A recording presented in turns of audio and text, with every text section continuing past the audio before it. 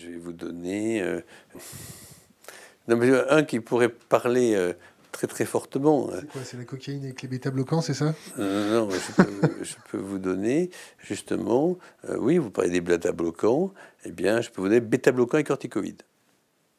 Bêta-bloquants, corticoïdes, c'est pas bon. Mais bêta-bloquants et corticoïdes, c'est une catastrophe. D'accord.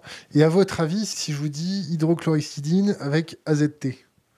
Avec azithromycine. Azithromycine. Oui. Est-ce que c'est pas bon? Mais la preuve, il a donné 4000. Vous connaissez Recovery? Vous m'avez parlé de Discovery tout à l'heure, mais Recovery. Recovery, c'est la grande étude qui est faite au Royaume-Uni, avec hydroxychloroquine. Avec des milliers de gens. Pas un accident. Avec hydroxychloroquine et AZT. Il faudrait regarder. Il y a hydroxychloroquine. Ma question, en fait, c'est... C'est les deux. Oui, non, là, vous avez raison, c'est que l'azithromycine a aussi des complications cardiovasculaires.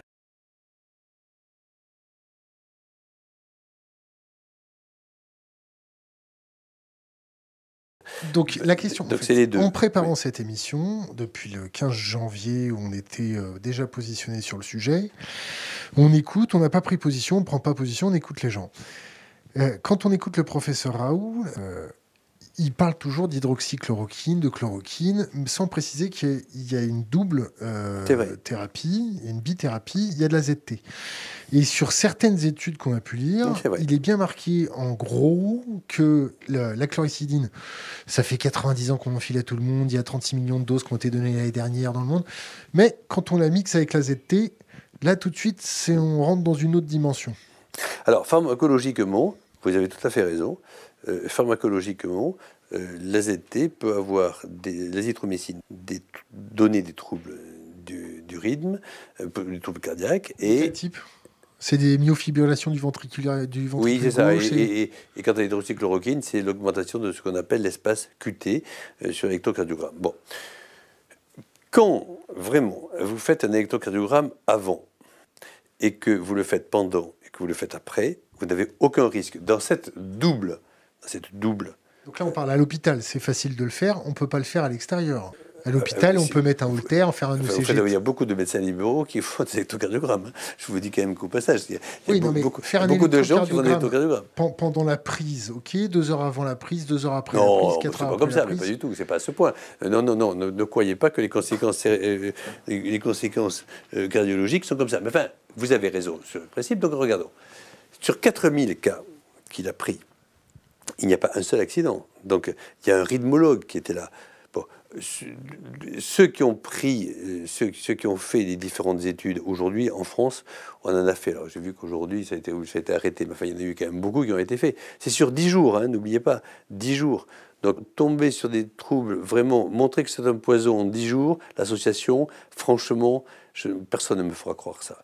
Par contre, je crois que le donner à une personne qui a une forme grave, qui est âgée, c'est-à-dire quelqu'un de 75 ans avec des comorbidités, qui apprenait justement des médicaments pour l'hypertension artérielle, pour l'obésité, pour le diabète, et qui, en plus, a des troubles du rythme, ou un électrocardiogramme qui n'est pas normal, là, je pense que jamais je ne donnerai cette association. Et c'est pour ça que je regrette, si vous voulez, qu'il n'y ait pas la clarté sur ceux qui disent... parce que il faut qu'ils nous disent exactement les électrocardiogrammes de Didier Raoult, ils sont à la disposition de tout le monde. Malheureusement, les électrocardiogrammes dont on nous parle dans le Lancet, personne ne peut les voir. Alors, c'est ça le problème, vous comprenez? Donc, je crois qu'il faut être quand même extrêmement honnête. Donc, il y a en effet des problèmes dans ce que vous avez dit. Vous avez posé des vrais sujets, et c'est vrai que c'est bien de les poser, mais on peut le faire de la clarté. On peut répondre de la clarté. À Marseille, ils répondent de la clarté. Donc, il faudrait que ceux qui attaquent puissent répondre de la clarté aussi. Et ce qui m'ennuie, vous voyez, pour aller au fond de ma pensée, ce qui m'ennuie, c'est que c'est la première fois quand même qu'on voit un truc comme ça aussi.